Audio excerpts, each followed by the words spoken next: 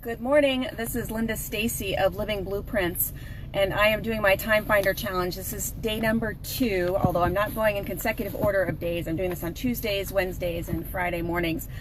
This morning I'm going to be talking about avoiding procrastination. It's something that we all do, whether we like to admit it or not. And procrastination and time, well, when we're wasting time, usually procrastination and wasting time go hand in hand.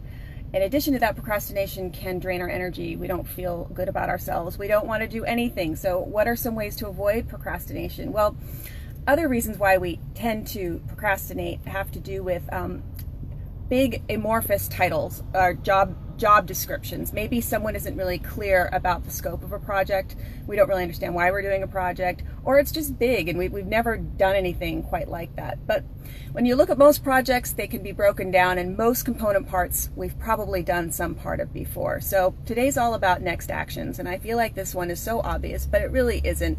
None of us, most of us, are not born knowing all of this. But next actions have helped me quite a bit. I first heard about them through David Allen's Getting Things Done. And now when I think about my projects, if I have a to-do list, I try not to write down a big, huge, like amorphous title. So think of your own to-do list and something maybe that causes you to procrastinate, or you just don't even want to think about it, like that one item that you want to continue to avoid. If you think of the very, very, very next thing you have to do to move that thing forward, it probably takes the pressure off. Just the very next immediate action. So back in the day, I used to write things like new hire orientation in my calendar because I knew I had to address it at some point. But I don't do it like that anymore. Now I say review the slide deck or review the notes. And the notes actually need to be reviewed like the day before. So I'll actually put that in as a calendar item instead of just way back a couple weeks preceding saying new hire orientation.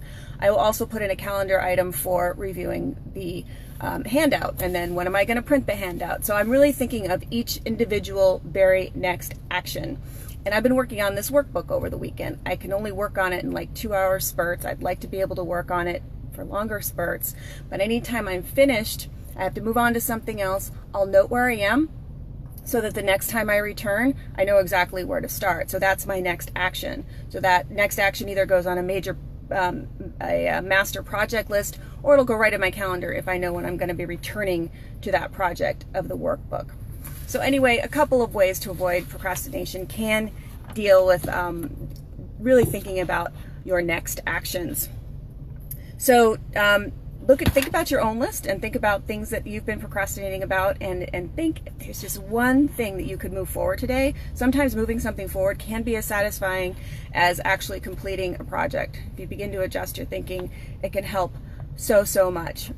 Many of you don't know this, but my nickname was Lazy Linda as a little girl, and so I certainly wasn't born this way, but all of these things help me to stay on task and get things done.